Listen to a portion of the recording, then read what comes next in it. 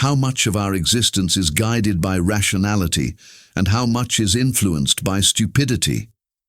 In his masterwork, In Praise of Folly, Erasmus of Rotterdam confronts us with this uncomfortable question. Through his sharp wit and biting irony, he peels back the layers of human pretense to reveal a startling truth. Stupidity might be the very essence of our nature. In this provocative analysis, stupidity takes center stage not as a flaw to be corrected, but as a goddess deserving of praise. Through her irreverent and satirical voice, she unveils the contradictions that lie at the heart of human existence. But Erasmus doesn't stop at mere social criticism. Instead, he delves deeper, exploring the fascinating connection between ignorance and happiness, between knowledge and suffering. His insights, though penned in the Renaissance, cut through the centuries to speak directly to our modern condition. According to him, stupidity isn't just an occasional visitor in our lives. It permeates every aspect of human existence, from our loftiest institutions to our most intimate relationships. This exploration challenges us to question how many of our decisions, often dismissed as irrational or senseless, are actually fundamental to our nature. It's a journey into critical thinking where, paradoxically, stupidity becomes our guide to self-awareness. Through this lens, we begin to see that our relationship with foolishness might be more complex and more essential than we'd care to admit. Probably born around 1466 in Rotterdam, Erasmus emerges from the mists of history as a figure shrouded in uncertainty. The details of his early life remain elusive. No official documents confirm his exact date or place of birth, a common circumstance for figures of the late Middle Ages and early Renaissance. This absence of records, though frustrating for historians, serves as a reminder of the complex tapestry of medieval record-keeping, leaving room for interpretation and scholarly debate.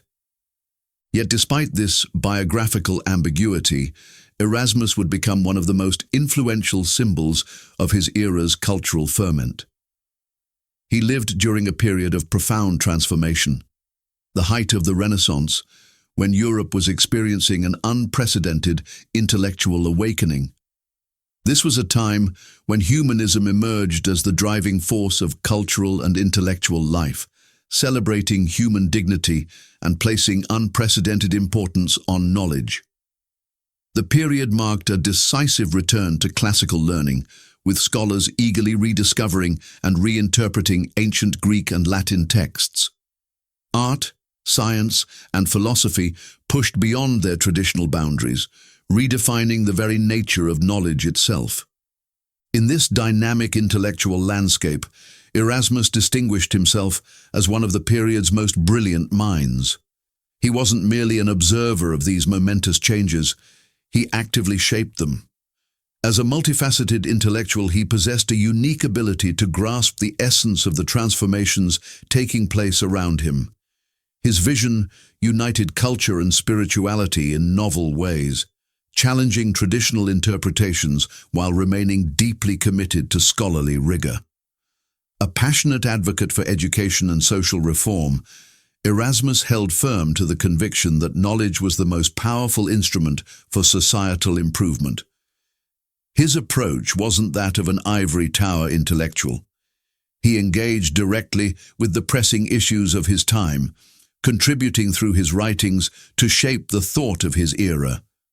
His tireless dedication to studying, writing, and spreading innovative ideas marked him as a true Renaissance scholar. His interests spanned an impressive range, from theology to philology, from social criticism to pedagogy, always driven by the fundamental aim of promoting a more just and aware society. Through his numerous works, he addressed the contradictions of his time with remarkable lucidity and irony, demonstrating a profound understanding of human weaknesses while never losing sight of humanity's potential for growth and improvement.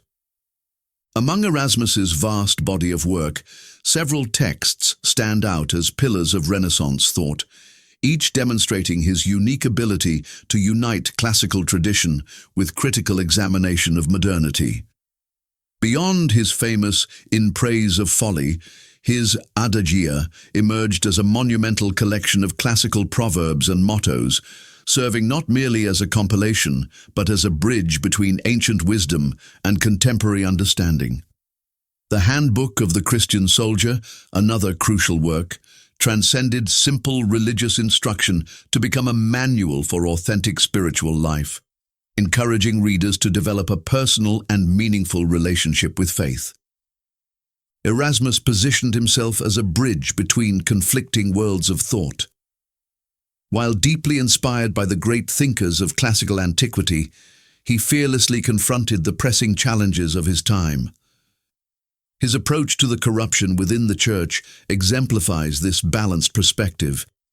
Though he openly criticized ecclesiastical excesses, he remained steadfastly within the Catholic fold, believing in reform from within rather than revolutionary rupture. This position would prove particularly significant during the turbulent period of the Protestant Reformation, where he advocated for unity while acknowledging the need for substantial change. His role as a social critic went far beyond mere denunciation. Through his writings, he sought to initiate profound reflection, often concealing his most penetrating insights beneath layers of satire.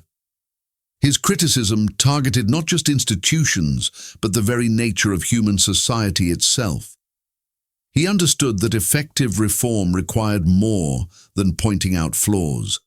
It demanded a deeper understanding of human nature and its complexities. This understanding manifested in his ability to address serious subjects with wit and irony, making his critiques both more palatable and more powerful.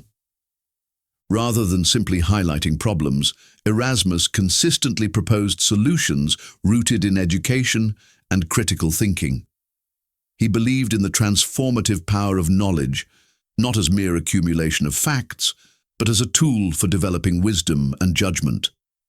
His approach to learning emphasized practical wisdom over abstract theory, encouraging his readers to engage actively with ideas rather than passively accepting established truths. This educational philosophy, revolutionary for its time, continues to influence pedagogical thought today. In Praise of Folly, Erasmus presents his most daring philosophical proposition: stupidity as an omnipresent force touching every aspect of human existence. Through this lens, stupidity transcends its traditional definition as a mere deficiency, emerging instead as a universal element that binds all individuals together. The goddess of folly, whose praises he sings, reveals herself not as a figure of shame, but as humanity's constant companion, secretly venerated through our daily actions and choices. This concept manifests most visibly in human vanity, that peculiar tendency of the ignorant to believe themselves wise, and in the flattery that perpetuates these self-deceptions. Yet Erasmus takes this analysis further, proposing a paradoxical relationship between stupidity and happiness. Knowledge, he suggests, through his satirical goddess, often leads to unhappiness, while ignorance preserves joy. "It is thought that kills pleasure," declares Folly, drawing a stark contrast between the carefree nature of childhood and the burden-laden existence of rational adulthood. In examining social relationships, Erasmus identifies stupidity's crucial role in maintaining human bonds. Friendship, he argues, thrives on a mutual blindness to each other's faults, a form of collective self-deception that strengthens rather than weakens relationships. Marriage, too, depends on certain illusions and compromises, without which no union could endure. These observations, though seemingly cynical, highlight stupidity's role in fostering social harmony and stability. The realm of politics provides particularly fertile ground for Erasmus's analysis. Here, he observes how rulers often achieve their positions not through wisdom, but through their ability to accommodate others' expectations. Stupidity becomes a tool of power, maintaining order through flattery and strategic ignorance. Even religion falls under his scrutiny, where he associates certain forms of blind faith with a departure from genuine spiritual ideals. The culmination of his analysis arrives in his treatment of philosophy itself. While revering knowledge, Erasmus emphasizes how philosophers themselves cannot escape stupidity's grasp. Their quest for truth often becomes self-contradictory, fostering a sense of superiority that isolates them from the very world they seek to understand. The philosopher transforms into a tragic figure, one whose pursuit of wisdom paradoxically distances them from happiness. Erasmus of Rotterdam died on July 12, 1536, in Basel, Switzerland, in the house of a printer, fittingly surrounded by the books and tools that had defined his life as a scholar. What remains of his analysis of human nature is perhaps more relevant today than ever. The recognition that accepting our imperfection does not mean abandoning the pursuit of growth. Instead, it suggests that life exists in a delicate balance between knowledge and ignorance, between reason and what we might call madness. His greatest legacy may be this profound understanding that our humanity lies not in perfect rationality, but in acknowledging and embracing the complex interplay between wisdom and folly that shapes our existence.